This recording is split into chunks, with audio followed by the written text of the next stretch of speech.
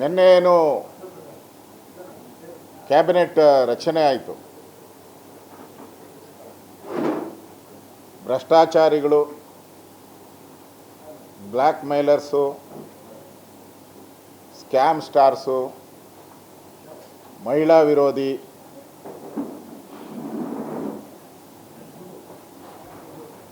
ರಾಜ್ಯ ಹಿಂದೆಂದೂ ಕಂಡಿರದಂಥ ಒಂದು ದೊಡ್ಡ ನಾಟಕದ ಕಂಪನಿಯಾಗಿ ಇವತ್ತು ನಿನ್ನೆಯ ಕ್ಯಾಬಿನೆಟ್ ರಚನೆ ಆಗಿದೆ. ಈಗಾಗಲೇ ಪರಿಶಿಷ್ಟರ ಹಣ ಲೂಟಿ ಮಾಡಿ 187 ಕೋಟಿ ಹೈದರಾಬಾದಿಗೆ ತಗೊಂಡೋಗಿ ಅಲ್ಲಿಂದ ಬಳ್ಳಾರಿ ಬೇರೆ ಬೇರೆ ಕಡೆ ಹೋಗಿ ಬಡವರಿಗೆ ಸೇರಬೇಕಾಗಿದ್ದಂಥ ಹಣವನ್ನು ಕಾಂಗ್ರೆಸ್ ಸರ್ಕಾರ ಲೂಟಿ ಮಾಡಿರೋದು ಸ್ಪಷ್ಟವಾಗಿ ವಿಧಾನಸಭೆಯಲ್ಲೇ ಅವತ್ತಿನ ಮುಖ್ಯಮಂತ್ರಿ ನೆನ್ನೆ ಕ್ಯಾಬಿನೆಟಲ್ಲೂ ನೆನ್ನೆ ಸ್ವೇರಿಂಗಲ್ಲೂ ಕಾಣೆಯಾಗಿರ್ತಕ್ಕಂಥ ಮುಖ್ಯಮಂತ್ರಿ ಆಗಿದ್ದಂಥ ಸಿದ್ದರಾಮಯ್ಯನವರು ಅಸೆಂಬ್ಲಿಯಲ್ಲೇ ಒಪ್ಕೊಂಡ್ರು. 187 ಕೋಟಿ ಹಗರಣ ಆಗಿರೋದು ನಿಜ, ನನ್ನ ಪ್ರಕಾರ 97 ಕೋಟಿ ಮಾತ್ರ ಅಂತೇಳಿ ಸದನದಲ್ಲೇ ಒಪ್ಕೊಂಡ್ರು. ಅದಾದಮೇಲೆ ನಾಗೇಂದ್ರ ಅವ್ರನ್ನ ಬಂಧನ ಆಯಿತು, ಜೈಲಿಗೆ ಹೋದರು, ರಾಜೀನಾಮೆ ಕೊಟ್ಟರು. ಇನ್ನು ಕೇಸ್ ನಡೀತಾನೆ ಇದೆ, ಇನ್ನು ಕೇಸ್ ಈಸ್ ಆನ್. ಅಂದರೆ 187 ಕೋಟಿ ತಿಂದವರು ಕೂಡ ಈ ಕ್ಯಾಬಿನೆಟಲ್ಲಿ ಬರ್ತಾರೆ ಅಂದರೆ ಇದು ಭ್ರಷ್ಟಾಚಾರಿಗಳ ಸರ್ಕಾರ ಅಲ್ಲದೆ ಇನ್ನೇನು? ಅವ್ರಿಗೇನ ಕ್ಲೀನ್ ಚಿಟ್ ಕೊಟ್ಟಿದ್ದಾರಾ? ಏನೂ ಇಲ್ಲ, ಇನ್ನು ಕೇಸ್ ಪೆಂಡಿಂಗ್ ಇದೆ. ಅಂದರೆ ಕರ್ನಾಟಕದ ಬಡವರ ಹೊಟ್ಟೆ ಒಡೆದು ನೋಡಾಚೆ ದೆಹಲಿ ಹೈಕಮಾಂಡ್ಗೆ ಕಪ್ಪ ಕಾಣಿಕೆ ಕೊಡೋರು ಪಟ್ಟಿ ಕೊನೆ ಮಿನಿಟಲ್ಲಿ ಮಂಕಾಳು ವೈದ್ಯ ಕೋಸ್ಟಲ್ಗೆ ಯಾರೂ ಇಲ್ಲ, ಕೋಸ್ಟಲ್ ಗಾರ್ಡ್ಗಳೇ ಇಲ್ದಂಗೆ ಆಗ್ಬಿಟ್ಟಿದೆ ಕಾಂಗ್ರೆಸ್ಸಲ್ಲಿ. ಅಂದರೆ ಬಿ ಜೆ ಪಿಗೆ ಫ್ರೀ ಸ್ವೀಪಿಗೆ ಬಿಟ್ಬಿಟ್ಟವ್ರೆ. ಬಿ ಜೆ ಪಿ ನೀವು ಅಲ್ಲೆಲ್ಲ ಸ್ವೀಪ್ ಮಾಡ್ಕೊಳ್ಳಿ ಮುಂದಿನ ಚುನಾವಣೆಯಲ್ಲಿ ಅಂತೇಳಿ ಈಗಲೇ ಬಾವುಟ ಆರಿಸ್ಬಿಟ್ಟಿದ್ದಾರೆ, ಅಲ್ಲಿ ತೋರಿಸ್ಬಿಟ್ಟಿದ್ದಾರೆ. ಅಂದರೆ ನಾವು ಅಲ್ಲಿ ಗೆಲ್ಲಲ್ಲ. ಕೋಸ್ಟಲ್ ಬೆಲ್ಟಲ್ಲಿ, ಮಲೆನಾಡು ಬೆಲ್ಟಲ್ಲಿ ನಾವು ಗೆಲ್ಲಲ್ಲ. ಚಿಕ್ಕಮಂಗ್ಳೂರಿಗೆ ಏನಾನ ಕೊಟ್ಟಿದ್ದಾರೆ ಸರ್? ಇಲ್ಲ. ಅದು ಮಲೆನಾಡು ತಾನೆ. ಕೊಡಗವ್ರಿಗೆ ಏನಾನು ಕೊಟ್ಟಿದ್ದಾರಾ? ಇಲ್ಲ. ಅಂದರೆ ಮಲೆನಾಡು ಇಲ್ಲ, ಉತ್ತರ ಕನ್ನಡ ಇಲ್ಲ, ಉಡುಪಿ ಇಲ್ಲ, ಕಾರವಾರ ಇಲ್ಲ ಅಲ್ಲ, ಕಾರವಾರ ಇಲ್ಲ ಅಲ್ಲ. ಅಂದರೆ ಒಂದು ಕೋಸ್ಟಲ್ ಬೆಲ್ಟು ಕಾದರ್ ಮುಸ್ಲಿಂ ಅನ್ನೋದು ಬಿಟ್ಟರೆ ಏನು ಮಂಗಳೂರಲ್ಲಿ ಎಲೆಕ್ಷನ್ ಗೆಲ್ಲಬೇಕು ಅಂತ ಅವ್ರನ್ನೇನು ಮಾಡ್ದಂಗೆ ಕಾಣಲ್ಲ. ಅದರಿಂದ entire coastal belt B J ಪಿಗೆ ಒಂದು ರೀತಿ ಏನೋ ಫ್ರೀ. ಚುನಾವಣೆಗೆ ಮುಂಚೆನೇ ಸೋತಿದ್ದೀರಿ ಅಂತ ಒಪ್ಕೊಂಡಿದ್ದಾರೆ. ಚುನಾವಣೆಗೆ ಇನ್ನು 2028ರ ಚುನಾವಣೆಯ ಮುಂಚೆನೇ ಕೋಸ್ಟಲ್ ಬೆಲ್ಟಲ್ಲಿ ಕಾಂಗ್ರೆಸ್ ಸೋಲು ಒಪ್ಕೊಂಡಿರೋದು ಸ್ಪಷ್ಟವಾಗಿ ಕಾಣ್ತಾ ಇದೆ.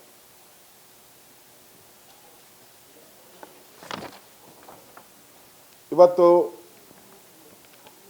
8 ಜಿಲ್ಲೆಗಳಿಗೆ ಪ್ರಾಧಾನ್ಯ ಇಲ್ಲ.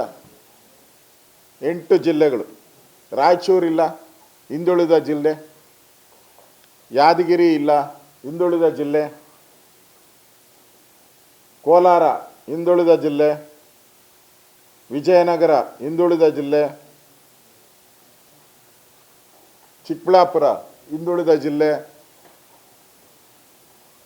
ಪಾಪ ಸ್ಟೇಟ್ಮೆಂಟ್ಗಳು ಕೊಟ್ಟಿದ್ದೆ ಚಿಕ್ಕಬಳ್ಳಾಪುರ ಎಲ್ಲ ಕಡೆನೂ ಕಾಣೆ ಆಗೋಬಿಟ್ಟೆ ಅವ್ರಿಗೆ. ಎಲ್ಲೂ ಒಂದು ಸ್ಟೇಟ್ಮೆಂಟೇ ಇಲ್ಲ. ಬರೀ ಯೂಟ್ಯೂಬಲ್ಲಿ ಅದೇ ಟ್ಯೂಬ್ಗಳೇ ನೋಡ್ತಾ ಇದ್ದೆ ಅವ್ರದ್ದೇ. ಈಗ ಟ್ಯೂಬೇ ಇಲ್ಲ, ಯಾವುದು ಟ್ಯೂಬು ಇಲ್ಲ, ತಲೆನೂ ಇಲ್ಲ ಅಲ್ಲಿ. ಡಿಕ್ಲೇರ್ಡ್ ಶಿಕ್ಷಣ ಮಂತ್ರಿ ಶಿಕ್ಷಣ ಮಂತ್ರಿ ಅಂತ ಡಿಕ್ಲೇರ್ ಮಾಡ್ಕೊಂಬಿಟ್ಟಿದ್ರು ಅವರೇ, ಸರ್ಟಿಫಿಕೇಟ್ ಕೊಟ್ಕೊಂಡು ಪತ್ತೆನೇ ಇಲ್ಲ. ಭಾಷಣ ಮಾಡೋವಾಗ ಮಾತ್ರ ಇಡೀ ಕರ್ನಾಟಕ ಸಮಾನತೆ ಅಂತಾರೆ. ಈಗ 8 ಜಿಲ್ಲೆಗೆ ನೆಗ್ಲೆಕ್ಟ್ ಮಾಡಿದ್ದೀರಲ್ಲ. ಈಗ ಕೋಲಾರ, ಚಿಕ್ಕಬಳ್ಳಾಪುರ ಅಂತೂ ಕೇಳೋರಿಲ್ಲ.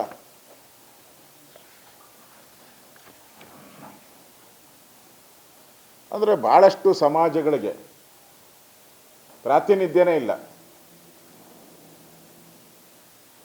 ಮೀನುಗಾರ ಸಮುದಾಯ ದೊಡ್ಡ ಸಮುದಾಯ ಇದೆ ಕೋಸ್ಟಲ್ ಬೆಲ್ಟಲ್ಲಿ, ಇದೆಯಾ ಸರ್? ಇಲ್ಲ.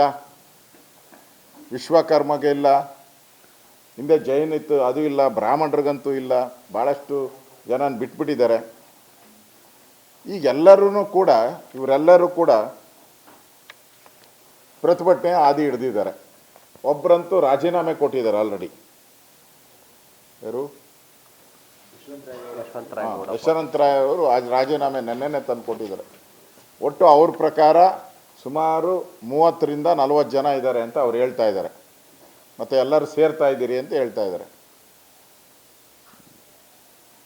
ನಮ್ಮ ತುಮಕೂರು ಯಾರಪ್ಪ, ಹಿರಿಯ ಸಚಿವರು ಜಯಚಂದ್ರ ಅವರಂತೂ ಯಾವ ಮುಖ ಇಟ್ಕೊಂಡು ನಾನು ಕಾನ್ಸ್ಟಿಟ್ಯೂನ್ಸಿಗೆ ಹೋಗಲಿ ಅಂಥ ಮುಖಗಳನ್ನೆಲ್ಲ ಇಲ್ಲಿ ಮಾಡಿದ್ದಾರೆ ಅಂತ. ಅಂದರೆ ಮಂತ್ರಿ ಆಗಿರೋರನ್ನ ಈ ಮುಖಗಳನ್ನ ಇಟ್ಕೊಂಡು ಯಾವ ರೀತಿ ನಾನು ಕಾನ್ಸ್ಟಿಟ್ಯೂನ್ಸಿಗೆ ಹೋಗಲಿ ನಾನು ಇವ್ರ ಪರವಾಗಿ ಮಾತಾಡೋಕ್ಕೆ ಅನ್ನೋ ಮಾತನ್ನು ಹೇಳಿದ್ದಾರೆ.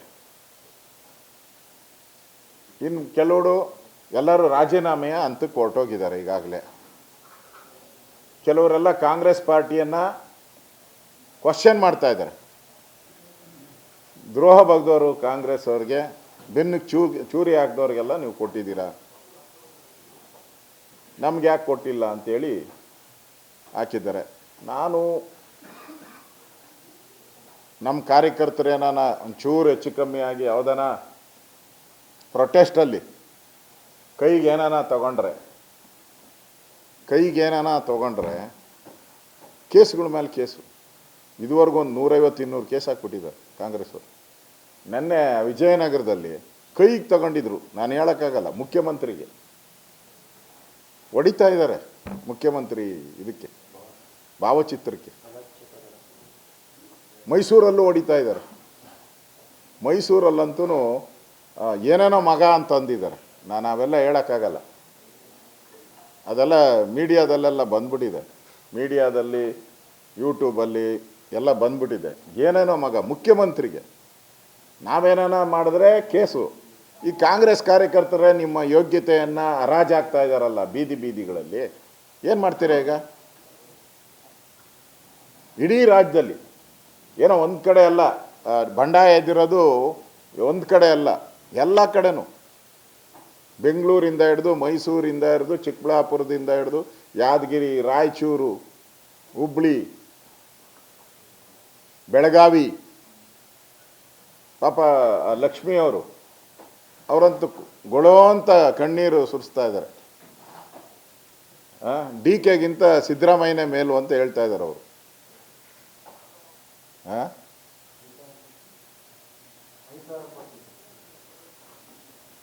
ಆ ಪರಿಸ್ಥಿತಿ. ಅಂದರೆ ಇಡೀ ರಾಜ್ಯ ಇವತ್ತು ಕ್ಯಾಬಿನೆಟ್ ಆದಮೇಲೆ ಹೊಸತನ.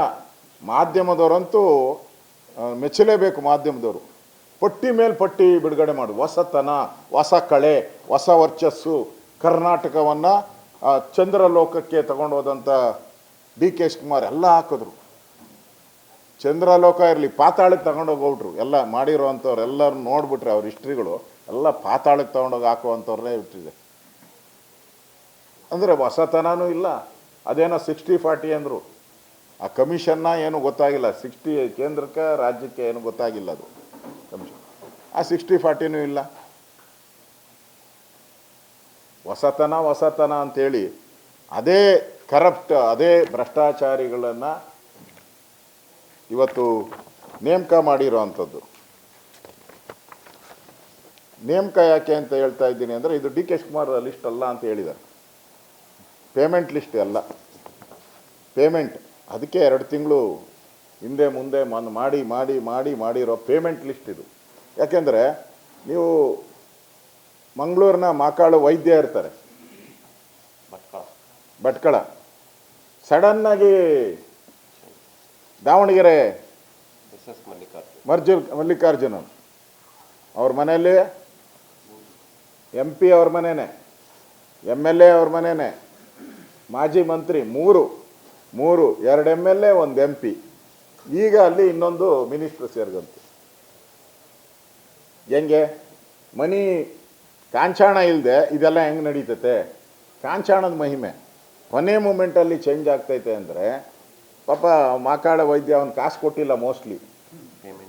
ಪೇಮೆಂಟ್ ಕೊಟ್ಟಿದ್ದಂಗಿಲ್ಲ, ನನಗೆ ತಿಳಿ ಪ್ರಕಾರ ಪೇಮೆಂಟ್ ಕೊಟ್ಟಿಲ್ಲ. ಇಲ್ಲ ಕೊಡ್ತೀನಿ ಅಂತ ಹೇಳ್ಬಿಟ್ಟು ಕೊನೆಗೆ ಕೊಡೋಕ್ಕಾಗಲಿಲ್ಲ ಅನ್ನೋ ಪಾಪ ಅವರು ಪಾಪ ಅಮಾಯಕ. ಅವರು ಕರಪ್ಷನ್ ಮಾಡಿ ನಾನೇ ಯಾಕೆ ಸಿಕ್ಕಾಕಬೇಕು ಅಂತ ಯೋಚನೆ ಮಾಡಿ ಮಾಕಾಳು ವೈದ್ಯರು ನಾವು ಬೇಡಪ್ಪ ಅಂತೇಳಿ ಕೊಡ್ದಿದ್ದಕ್ಕೋಸ್ಕರ ಈಗ ಹಣ ಇರೋರು ಯಾರಿದ್ದಾರೆ ಅವ್ರು ಮಾಡಿದ್ದಾರೆ. ಅದಕ್ಕೆ ಹೇಳಿದ್ದು ನಾನು ಪೇಮೆಂಟ್ ಸೀಟ್ಗಳು ಎಲ್ಲ ಜಾಸ್ತಿನೇ. ಅದರಿಂದ ಈ ಮಂತ್ರಿಮಂಡಲ ಇವತ್ತು ಮೊದಲ ಬಾರಿಗೆ ನಿನಗೂ 2,000, ಯಾರಿಗೆ ಕಾಕಾ ಪಾಟೀಲ್ ಹೆಂಡ್ತಿಗೂ 2,000, ಮಾದೇವಪ್ಪ ನಿನ್ನ ಹೆಂಡ್ತಿಗೂ 2,000, ನಿನ್ನ ಹೆಂಡ್ತಿಗೂ ಫ್ರೀ, ಇವ್ರ ಹೆಂಡ್ತಿಗೂ ಫ್ರೀ ಅಂದರು. ಒಂದು ಮಹಿಳಾ ಕೋಟ ಇಲ್ಲ. 50% ಮಹಿಳೆಯರಿರೋ ರಾಜ್ಯದಲ್ಲಿ 50 ಪಾಯಿಂಟ್ ಸಮ್ ಚೇಂಜ್ ಏನೋ ಇದೆ, 50.2-3 ಏನೋ ಇರಬೇಕು ಮಹಿಳೆಯರದು ಸಂಖ್ಯೆ. ಇಷ್ಟಿರೋದು ಕಡೆ ಒಬ್ಬ ಮಹಿಳೆ ಕೊಡೋಕ್ಕೆ ನಿಮ್ಗೆ ಯೋಗ್ಯತೆ ಇಲ್ಲ ಅಂತ ಹೇಳಿದ್ರೆ ನಿಮ್ಗೆ ಯೋಗ್ಯತೆಗೆ ಏನು ಹಾಕ್ಬೇಕು? ಯೋಗ್ಯತೆಗೆ ಅಷ್ಟು ಬೆಂಕಿ ಹಾಕ ಅಂತ ಹೇಳ್ಬೇಕು. ಒಬ್ಬರು ಸಿಕ್ಕಿಲ್ವಾ ನಿಮಗೆ? ಆ ಮುಸಲ್ಮಾನರು 11-12% ಇದ್ದಾರೆ ರಾಜ್ಯದಲ್ಲಿ. 4 ಜನ ಅಲ್ಲನಪ್ಪ, 3 ಇನ್ನೊಂದು ಬರ್ತಾ ಇದೆಯಲ್ಲ ಸಭಾಪತಿ. 11% ಇರೋರಿಗೆ 4 ಪೋಸ್ಟು, 50% ಇರೋರಿಗೆ 0 ಪೋಸ್ಟು. ಇದು ರಾಜ್ಯದ ಮಹಿಳೆಯರಿಗೆ ಮಾಡಿದಂಥ ದ್ರೋಹ, ವಂಚನೆ. ಪಾಪ ಗಾಯತ್ರಿ ಶಾಂತಗೌಡರು ಪಾಪ ಕಾದ್ಗಂಡು ಎಲ್ಲ ಅವಾಗೆ ಬೈಟೆಲ್ಲ ಕೊಟ್ಬಿಟ್ಟಿದ್ರು. ಅವರು ಪ್ರೆಸ್ ಮೀಟ್ ಮಾಡಿ ಬೈಟೆಲ್ಲ ನನಗೆ ಮಂತ್ರಿ ಕೊಟ್ಟರೆ ನಾನು ಹಂಗೆ ಮಾಡ್ತೀನಿ ಹಿಂಗೆ ಮಾಡ್ತೀನಿ, ನನ್ನ ಭ್ರಷ್ಟಾಚಾರ ರಹಿತ ಮಂತ್ರಿ ಖಾತೆ ಏನೇನೋ ಹೇಳಿದರು. ಪಾಪ ಖಾತೆನೇ ಇಲ್ದಂಗೆ ಖ್ಯಾತೆ ತೆಗೆದುಬಿಟ್ರು ಕಾಂಗ್ರೆಸ್ ಅವರು.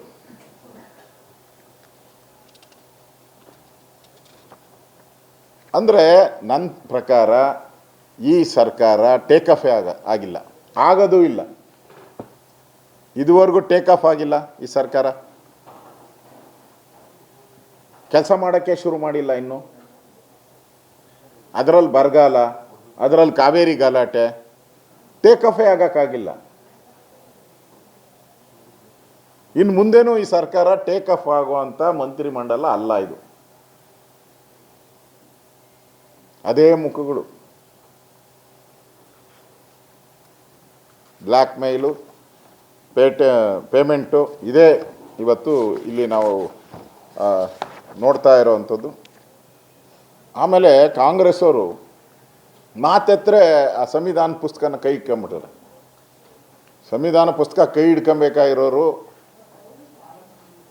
ಭಾರತದ ನಾಗರಿಕರು. ಯಾರು ಭಾರತ ಮಾತಾಕಿ ಜೈ ಅಂತೀರಿ, ಭಾರತವನ್ನು ಪ್ರೀತಿ ಮಾಡ್ತೀರಿ, ಅವ್ರು ಇಟ್ಕೊಬೇಕು. ಈ ಕಾಂಗ್ರೆಸ್ ಅವ್ರು ಎಲ್ಲೋದ್ರೂ ಅದು ಖಾಲಿ ಪುಸ್ತಕ ಇಟ್ಕೊಂಡಿರ್ತಾರೆ ಮೋಸ್ಟ್ಲಿ ಅನಿಸುತ್ತೆ. ಅದು ಬೈಂಡಿಂಗ್ ಮಾತ್ರ ಮೇಲೆ ಅಂಬೇಡ್ಕರ್ ಇಟ್ಕೊಂಡಿದ್ದಾರೆ ಓಟ್ಗೋಸ್ಕರ, ಒಳಗಡೆ ಎಲ್ಲ ಖಾಲಿ. ಯಾಕೆಂದರೆ ಇವತ್ತು ಕರ್ನಾಟಕದ ಶಾಸಕಾಂಗಕ್ಕೆ ಒಂದು ಮೋಸ ಮಾಡಿದ್ದಾರೆ. ಇವತ್ತು ಶಾಸಕಾಂಗ, ಸ್ಪೀಕರ್ ಇರ್ಬೋದು, ಡೆಪ್ಟಿ ಸ್ಪೀಕರ್ ಇರ್ಬೋದು, ಸಭಾಪತಿ ಇರ್ಬೋದು, ಇವೆಲ್ಲನೂ ಕೂಡ ಪಕ್ಷಾತೀತವಾಗಿ ನಡೆಯುವಂಥದ್ದು. ಪಕ್ಷನೇ ಇರಲ್ಲ ಅದಕ್ಕೆ. ಸಂವಿಧಾನದ ಅಧಿಕಾರ ಅದು ಪೋಸ್ಟ್ಗಳದು ಸಂವಿಧಾನದ. ಇವತ್ತು ಕಾಂಗ್ರೆಸ್ ಲೆಟರ್ಹೆಡ್ಡಲ್ಲಿ ಅದನ್ನೆಲ್ಲ ಪೋಸ್ಟ್ ಮಾಡ್ತಾರೆ ಅಂದರೆ ಇತಿಹಾಸದಲ್ಲಿ ಎಲ್ಲಾದ್ರೂ, ರಾಜ್ಯದ ಇತಿಹಾಸದಲ್ಲಿ ಎಲ್ಲಾದ್ರೂ ಸ್ಪೀಕರು ಮತ್ತು ಸಭಾಪತಿ ಹೆಸರನ್ನು ಕಾಂಗ್ರೆಸ್ ಲೆಟರ್ಹೆಡ್ಡಲ್ಲಿ ಘೋಷಣೆ ಮಾಡಿರೋದು ಎಲ್ಲಾದರೂ ಇದೆಯಾ? ಆ ಸಂವಿಧಾನನ ಗಾಳಿಗೆ ತೂರಿರುವಂಥ ಈ ಕಾಂಗ್ರೆಸ್ ಪಾರ್ಟಿ ಇಡೀ ಶಾಸಕಾಂಗಕ್ಕೆ, ಇಡೀ ಶಾಸಕಾಂಗವನ್ನು, ವಿಧಾನ ಪರಿಷತ್ತನ್ನು ಕಾಂಗ್ರೆಸ್ ಕಚೇರಿ ಮಾಡಕ್ಕೆ, ಕಾಂಗ್ರೆಸ್ ಕಚೇರಿ ಆಗೋಗಿದೆ ಈಗ. ಕಾಂಗ್ರೆಸ್ ಹೈಕಮಾಂಡೇ ಎಲ್ಲ ಘೋಷಣೆ ಮಾಡೋದಾದರೆ ಶಾಸಕಾಂಗ ಏನು ಬೇಕಾಗಿದೆ ಕರ್ನಾಟಕದಲ್ಲಿ?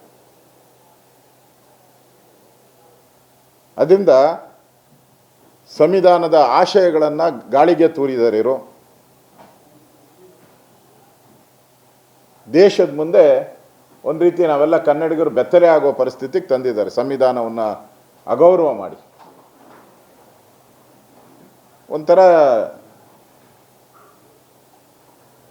ಈ ಜಾಬ್ಗೆ ಫಿಲ್ ಮಾಡ್ತಾರಲ್ಲ, ಏನು ಕೆಲಸಕ್ಕೆ ನೌಕರರನ್ನ ಫಿಲ್ ಮಾಡೋ ರೀತಿ ಅಪಾಯಿಂಟ್ಮೆಂಟು, ಎಂಪ್ಲಾಯ್ಮೆಂಟ್ ಆಫೀಸಲ್ಲಿ ಇದೆಯಲ್ಲ, ಎಂಪ್ಲಾಯ್ಮೆಂಟ್ ಆಫೀಸ್ ಆಗೋಗ್ಬಿಟ್ಟಿದ್ದಾರೆ. ಸಭಾಪತಿ ಇದನ್ನೆಲ್ಲ ನೇಮಕ ಮಾಡಿರೋದು ನೋಡಿದ್ರೆ ಒಂದು ರೀತಿ ಎಂಪ್ಲಾಯ್ಮೆಂಟ್ ಆಫೀಸ್ ರೀತಿ ಮಾಡಿರೋ ಅಂಥದ್ದು ಕಾಣ್ತಾ ಇದೆ. ಮುಖ್ಯಮಂತ್ರಿ ಮಾತೆತ್ತರೆ ಹೈಕಮಾಂಡು ಅಂತಾರೆ. ಅಂದರೆ ಸಂವಿಧಾನ ಏನೇ ಹೇಳುತ್ತೆ? ಸಲಹೆ ತಗೊಬೋದು, ಸಲಹೆ ಇಲ್ಲ ಅಂತ ಹೇಳಲ್ಲ ನಾನು. ಸಲಹೆ ಯಾರು ಬೇಕಾದರೂ ರಾಜ್ಯದಲ್ಲಿ ದಾರೆಗೆ ಹೋಗೋ ದಾಸಯಿಂದನೂ ನೀವು ಸಲಹೆ ತಗೊಬೋದು ಮುಖ್ಯಮಂತ್ರಿ. ಆದರೆ ಕೇಂದ್ರ ಕಾಂಗ್ರೆಸ್ ಪಾರ್ಟಿ ಅವ್ರ ಲೆಟ್ರೆಡಲ್ಲಿ ಈ ಲಿಸ್ಟನ್ನು ಬನ್ನಿ ನಾರಾಯಣಸ್ವಾಮಿ ಘೋಷಣೆ ಮಾಡ್ತಾರೆ ಅಂತಂದರೆ, ಬನ್ನಿ ಅಣ್ಣ, ಅಂಬೇಡ್ಕರ್ ಸುದ್ದಿ ಹೇಳ್ತಾ ಇದ್ದೆ, ನೀನು ಇರಬೇಕಲ್ಲ.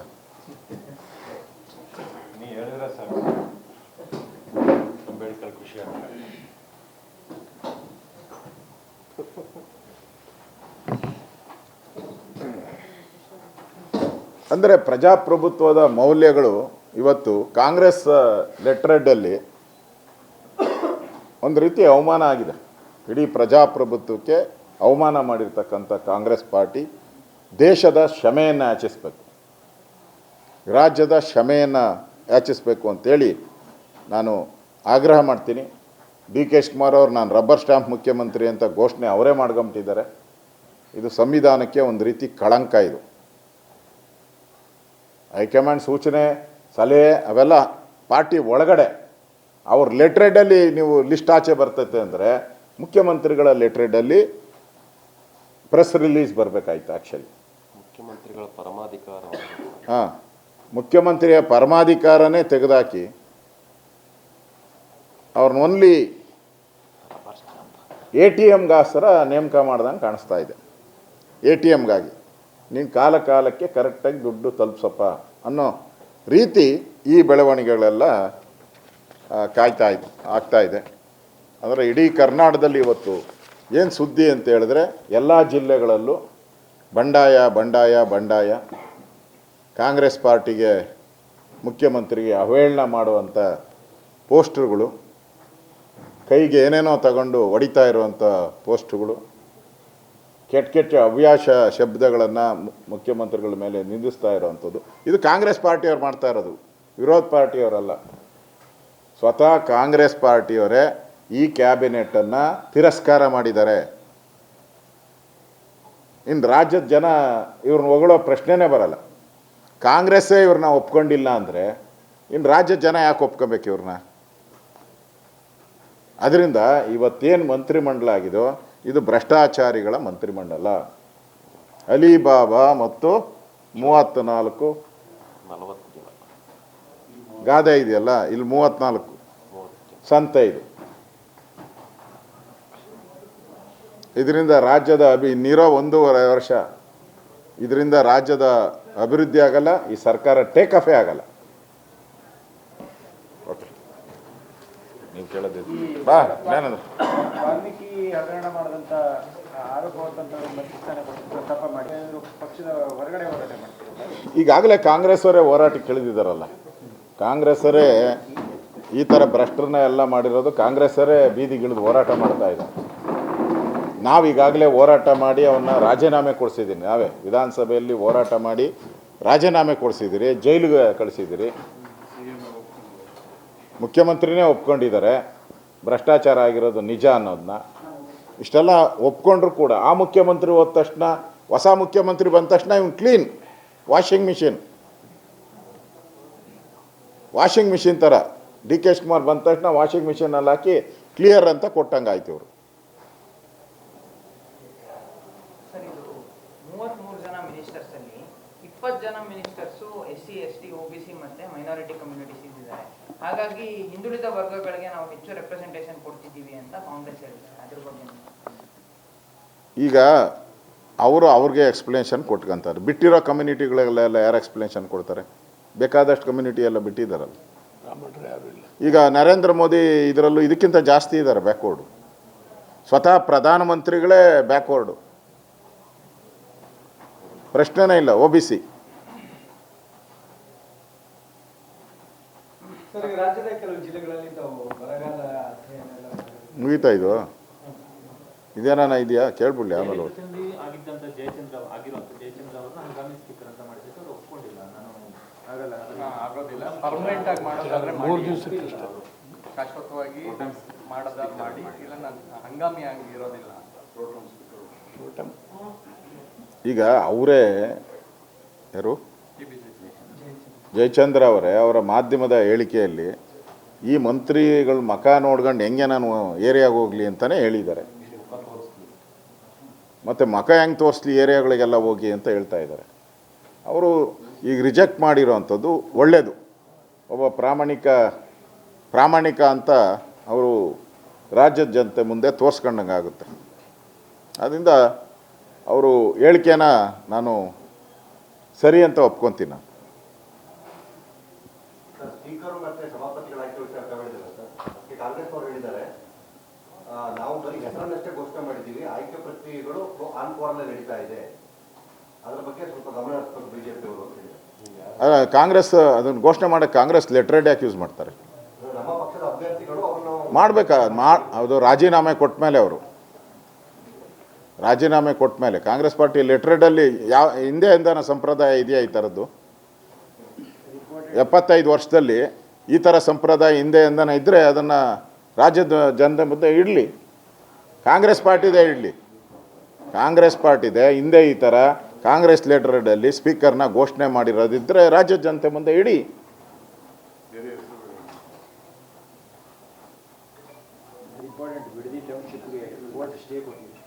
ಕೋರ್ಟಲ್ಲಿ ಸ್ಟೇ ಸಿಕ್ಕಿದೆ ಸರ್. ಈಗ ಕೇಸ್ ಹಾಕಿದ್ರಲ್ಲ, ಬಿಡದಿ ಟೌನ್ಶಿಪ್ಪಲ್ಲಿ ಸರ್ಕಾರಕ್ಕೆ ಹಿನ್ನಡೆ. ಬಿಡದಿ ಟೌನ್ಶಿಪ್ಪೇ ಒಂದು ರಿಯಲ್ ಎಸ್ಟೇಟ್ ಮಾಫಿಯಾಗ ಕೈಯಲ್ಲಿ ಹಿಡಿದೆ. ಆ ಮಾಫಿಯಾದಿಂದ ಬಿಡಿಸ್ಕೊಳಕ್ಕೆ ಅಲ್ಲಿರೋ ರೈತರು ಹೋರಾಟ ಮಾಡ್ತಾ ಇದ್ದಾರೆ. 600-700 ದಿನದಿಂದ ಹೋರಾಟ ಮಾಡ್ತಾ ಇದ್ದಾರೆ. ನಾನು 4 ಬಾರಿ ಅಲ್ಲಿ ಹೋಗಿ ಬಂದಿದ್ದೀನಿ, ಬೆಂಬಲ ಕೊಟ್ಟಿದ್ದೀನಿ. ಇದು ಜನಗಳಿಗೆ ಉಪಯೋಗ ಆಗುವಂಥ ಒಂದು ಲೇಔಟ್ ಆಗಿದ್ದರೆ ನಾವು ಸ್ವಾಗತ ಮಾಡ್ತಾಯಿದ್ರಿ. ಜನಗಳಿಗೆ ಉಪಯೋಗ ಆಗಬೇಕಾಯ್ತು ಇದರಿಂದ. ಅಲ್ಲಿ ಪೂರ್ತಿ ಸುಮಾರು 10 ಲಕ್ಷಕ್ಕೂ ಹೆಚ್ಚು ತೆಂಗಿನ ಮರ ಇದೆ, 10 ಲಕ್ಷಕ್ಕೂ ಹೆಚ್ಚು ಅಡಿಕೆ ಮರ ಇದೆ, ಸುಮಾರು 6-7 ಲಕ್ಷ ಮಾವಿನ ಮರಗಳಿದೆ. ಆಲ್ಮೋಸ್ಟ್ ಆಲ್ ಬೆಂಗಳೂರಿಗೆ ಹೈಯೆಸ್ಟು ಹಾಲು ಸಪ್ಲೈ ಮಾಡ್ತಕ್ಕಂಥ ತಾಲೂಕದು. ಇಷ್ಟೆಲ್ಲ ಇದ್ರೂ ಆ ಸ್ಥಳವನ್ನೇ ಗುರ್ತು ಮಾಡಿ ರಿಯಲ್ ಎಸ್ಟೇಟ್ ಮಾಡೋಕ್ಕೆ ಹೊರಟಿದ್ದೀರಲ್ಲ, ಇದು ಇವತ್ತು ಹೋರಾಟ ನಡೀತಾ ಇರೋದು. ಗೌರವಾನ್ವಿತ ನ್ಯಾಯಾಲಯ ಅದಕ್ಕೆ ಸ್ಟೇ ಕೊಟ್ಟಿರುವಂಥದ್ದು ಸ್ವಾಗತಾರ್ಹ. ಅಂದರೆ ಸರ್ಕಾರದ ಮುಂದೆ ಕೋರ್ಟ್ ಮುಂದೆ ಈ ಸರ್ಕಾರ ಬೆತ್ತಲೆ ಆಗಿದೆ. ಮುಖ್ಯಮಂತ್ರಿ ಹೇಳ್ತಾ ಇದ್ರು, ಯಾರು ಏನೇ ಮಾಡಿದ್ರು, ಯಾರು ವಿರೋಧ ಮಾಡಲಿ, ಯಾರು ಏನೇ ಮಾಡಿದ್ರು ನಾನು ಮಾಡೋದೇ ಅಂದರು. ಈಗ ಕೋರ್ಟ್ ಹೇಳಿದೆಯಲ್ಲಪ್ಪ, ಹೇಳು, ಒಂದು ಡೈಲಾಗ್ ಕೊಡಿ ನೋಡೋಣ. ಮಿಸ್ಟರ್ ಡಿ ಕೆ ಶಿವಕುಮಾರ್, ಈ ಕೋರ್ಟ್ ಆದೇಶ ಮಾಡಿದೆಯಲ್ಲ ನೋಡಿ, ಅದೇ ಡೈಲಾಗ್ ಕೊಡಿರಿ ಇವತ್ತು ನೋಡೋಣ. ಇದು ಕೋರ್ಟ್ ಆದೇಶ ಬಂದಿರೋದು ದೊಡ್ಡ ಹಿನ್ನಡೆ. ಅಂದರೆ ಈ ಪ್ರಾಜೆಕ್ಟ್ ಮುಗ್ದೋದಂಗೆ ಇನ್ನೇನು ಆಗೋ ಮಟ್ಟ ಏನು ಕಾಣಲ್ಲ. ಯಾಕಂದರೆ ಇಷ್ಟೆಲ್ಲ ಗಬ್ಬೆದ್ದೋಗಿರೋವಂಥ ಸರ್ಕಾರ ಇನ್ನು 1 ವರ್ಷ ಆದಮೇಲೆ ಚುನಾವಣೆಯಲ್ಲಿ ಯಾವ ಮುಖ ಇಟ್ಕೊಂಡು ಹೋಗ್ತಾರೋ ಗೊತ್ತಿಲ್ಲ. ಆ ಭಾಗದಲ್ಲಿ, ಹಳೆ ಮೈಸೂರು ಭಾಗದಲ್ಲಿ ಯಾವ ಮುಖ ಇಟ್ಕೊಂಡು, ಇಲ್ಲಿ ಇರ್ಬೋದು ಆನೇಕಲ್ಲಲ್ಲಿ ಅಕ್ವೈರ್ ಮಾಡ್ತಾ ಇದ್ದೀರಾ, ಯಾವ ಮುಖ ಇಟ್ಕೊಂಡು ಜನಗಳ ಮುಂದೆ ಹೋಗ್ತೀರಿ ನೀವು? ಅದರಿಂದ ಕೋರ್ಟ್ ಆದೇಶ ಏನು ಬಂದಿದೆ ಅದನ್ನು ನಾವು ಸ್ವಾಗತ ಮಾಡ್ತೀವಿ. ಸರ್, ನಿಮ್ಮ ಪಕ್ಷ ಮತ್ತು JDS ಈ ಬಿಡದಿ ಟೌನ್ಶಿಪ್ ವಿರುದ್ಧ ಏನು ಪಾದಯಾತ್ರೆ ಮಾಡಬೇಕು ಅಂತಿದ್ರಿ, ಅದು ಮಾಡ್ತೀರಾ? ಯಾವಾಗ ಮಾಡ್ತೀರಾ ಸರ್? ಈಗ ಸ್ಟೇ ಆಗ್ಬಿಟ್ಟಿದೆಯಲ್ಲ. ನಾನು ಕುಮಾರಸ್ವಾಮಿ ಅವ್ರು, ನಮ್ಮ ಪಾರ್ಟಿ ನೆನ್ನೆ ವಿಜೇಂದ್ರ ಅವರು ಎಲ್ಲರೂ ಕೂಡ, ಬೊಮ್ಮಾಯಿ ಎಲ್ಲರೂ ಕೂಡ ಮಾತಾಡಿ ನನಗೆ ಕುಮಾರಸ್ವಾಮಿ ಜೊತೆ ಮಾತಾಡೋಕ್ಕೆ ಹೇಳಿದ್ದಾರೆ. ನಾನು ಕುಮಾರಸ್ವಾಮಿಯವ್ರ ಜೊತೆ ನಾಳೆ ಭೇಟಿ ಮಾಡ್ತೀನಿ. ಕುಮಾರಸ್ವಾಮಿಯವ್ರನ್ನ ಡೆಲ್ಲಿಯಲ್ಲಿ ನಾನು ಭೇಟಿ ಮಾಡ್ತೀನಿ. ಭೇಟಿ ಮಾಡಿ ಅವ್ರ ಜೊತೆ ಈ ಬಿಡದಿ ಈ ಹೋರಾಟದ ಬಗ್ಗೆ, ಕೋರ್ಟ್ ಸ್ಟೇ ಬಂದಿದೆ, ಏನು ಮಾಡಬೇಕು, ಮಾಡೋದಾದರೆ ಒಟ್ಟಿಗೆ ಹೋರಾಟ ಮಾಡಬೇಕಾ, ಹೇಗೆ ಒಟ್ಟಿಗೆ ಹೋರಾಟ ಮಾಡೋದ್ರಿಂದ ಜನಗಳ ಮೇಲೆ ಏನು ಇಂಪ್ಯಾಕ್ಟ್ ಆಗುತ್ತೆ, ಇವೆಲ್ಲವನ್ನು ನಾಳೆ ನಾನು ಕುಮಾರಸ್ವಾಮಿಯವ್ರ ಜೊತೆ ಚರ್ಚೆ ಮಾಡ್ತೀನಿ. ನಾವು JDS NDA ಪಾರ್ಟ್ನರ್ ಆಗಿರೋದ್ರಿಂದ ನಾನು ಅವ್ರಿಗೆ ಕೆಲವು ಸಲಹೆಗಳನ್ನು ಕೊಟ್ಟು ಯಾವ ರೀತಿ ಹೋರಾಟ ಮಾಡಬೇಕು ಅನ್ನೋದಕ್ಕೆ ಅಂತಿಮವಾಗಿ ನಾಳೆ ಡಿಸೈಡ್ ಮಾಡ್ತೀನಿ.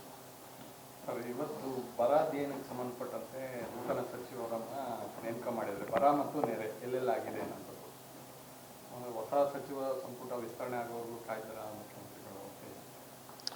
ಅಂದರೆ ಕಳೆದ 2 ತಿಂಗಳಿಂದ ರಾಜ್ಯದಲ್ಲಿ ಬರ ಇರಲಿಲ್ಲ, ಫ್ಲಡ್ ಇರಲಿಲ್ಲ, ನಮ್ಮದು ಕಾಮಾಲೆ ಕಣ್ಣೆಲ್ಲ ಎಲ್ಲ ಆಗೋಗ್ಬಿಟ್ಟಿತ್ತು. ಅದಕ್ಕೇನು ಕಂಡಿಲ್ಲ ನಮಗೆ. ಈಗ ಕಂಡಿದೆ, ಅದಕ್ಕೆ ನಾವು ಮಂತ್ರಿಗಳು ನೇಮಕ ಮಾಡಿದ್ದೀರಿ ಅಂತ ಅರ್ಥ ಬರ್ತದೆ. ಜನ ಹಂಗೆ ತಿಳ್ಕೊಂತಾರೆ, ಹಂಗೆ ಜನ ಅರ್ಥ ಮಾಡ್ಕೊಂತಾರೆ. ಅದರಿಂದ ನಿಮ್ಮ ಫೇಲ್ಯೂರ್ ಅಂತ ನೀವೇ ಒಪ್ಕೊಂಡಂಗೆ ಆಯಿತು. ಇಷ್ಟು ದಿನ ನಾವೇನು ಮಾಡಲೇ ಇಲ್ಲ ಅನ್ನೋದು ಒಪ್ಕೊಂಡಂಗೆ ಆಯಿತು. ಇನ್ನು ಮುಂದೆ ಶುರು ಮಾಡ್ತೀರಿ ಅಂತ ಹೇಳ್ತಾ ಇದ್ದಾರೆ. ನಾನು ಹೇಳ್ದಲ್ಲ, ಈ ಸರ್ಕಾರ ಟೇಕ್ ಆಫೇ ಆಗಿಲ್ಲ. 2 ತಿಂಗಳಾಯ್ತಲ್ಲ, ಟೇಕ್ ಆಫೇ ಆಗಿಲ್ಲ ಈ ಸರ್ಕಾರ. ಅಧಿವೇಶನ ಬರ್ತಿದೆಯಲ್ಲ, ಅದಕ್ಕೆ ಏನಾದರೂ ತಯಾರಿ ಮಾಡ್ಕೊತಾರ ಅಂತ? ಯಾಕಂದ್ರೆ ನೀವೆಲ್ಲ ವಿಪಕ್ಷಗಳು ಅಧ್ಯಯನ ಮಾಡೋಕ್ಕೆ ವರದಿ ರೆಡಿ ಇದೆ, ಅದನ್ನು ಸದನದಲ್ಲಿ ಚರ್ಚೆ ಮಾಡ್ತೀವಿ. ಅವು 6 ತಂಡಗಳನ್ನ ಏನು ವಿಧಾನಸಭಾ ಅಧಿವೇಶನ ಬರ್ತಾ ಇದೆಯಲ್ಲ, ಆ ದೃಷ್ಟಿಯಿಂದ ಅವರು ಈ ಒಂದು ಘೋಷಣೆಯನ್ನು ಮಾಡಿದ್ದಾರೆ ಅಂತ ನನಗನ್ನಿಸ್ತೈತೆ. 6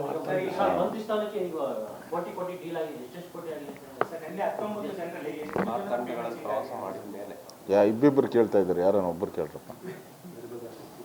ಹಾಂ, ಈಗ 19 ಜನ ನಿನ್ನೆ ಪ್ರಮಾಣ ವಚನ ಸ್ವೀಕರಿಸಿದ್ರು, ಅದರಲ್ಲಿ 8 ಜನ ಪೇಮೆಂಟ್ ಮಾಡಿದ್ದಾರೆ ಅಂತ ನಾನು ಹೇಳ್ದಲ್ಲ, ಎಲ್ಲನೂ ಆಲ್ಮೋಸ್ಟ್ ಆಲ್ ಸಡನ್ನಾಗಿ ಯಾಕಪ್ಪ ಚೇಂಜ್ ಆಗ್ತೈತೆ. ಹಾಂ, ಒಂದು ಚಾನಲಲ್ಲಿ ಒಂದು ಬರ್ತೈತೆ, ಇನ್ನೊಂದು ಚಾನಲಲ್ಲಿ ಇನ್ನೊಂದು ಬರ್ತೈತೆ, ಇನ್ನೊಂದು ಚಾನಲ್ ಇರುತ್ತೆ. ಸ್ವೇರಿಂಗ್ ಸೆರೆಮನಿ ದಿನ ನೋಡಿದ್ರೆ ಪಾಪ ಸ್ವೇರಿಂಗ್ ಮಾಡೋಕ್ಕೆ ಅಲ್ಲಿ ಓಡೋಡಿ ಬರ್ತಾರೆ, ಹಂಗೆ ಓಡೋಡಿ ಹೊಟ್ಟೋತಾರೆ ವಾಪಸ್ಸು. ಅಂದರೆ ಇದು ರೇಟ್ ಆ್ಯಕ್ಷನ್ ಕೂಗ್ತಾರಲ್ಲ, ಯಾರ್ಯಾರು ಜಾಸ್ತಿ ಕೂಗಿದಾರೋ ಅವ್ರಿಗೆ ಸಿಕ್ಕಿದೆ, ಕಡಿಮೆ ಕೂಗಿದವ್ರು ಮನೆಗೆ ಹೋಗಿದ್ದಾರೆ. ಹಾಂ, ಬಿಡ್ ಗೊತ್ತಾಯ್ತಲ್ಲ. ಕೊನೆ ಮೂಮೆಂಟಲ್ಲಿ ಈಗ ದಾವಣಗೆರೆ ಎಂಟ್ರಿ ಆಗಿ ಬೇರೆಯವ್ರು ಹೋಗಿದ್ದಾರೆ ಅಂದರೆ ಅರ್ಥ ಏನು? ಹಾಂ, ನಾಗೇಂದ್ರ ಮಿನಿಸ್ಟರ್ ಆಗಿದ್ದಾರೆ ಅಂದರೆ ಅರ್ಥ ಏನು?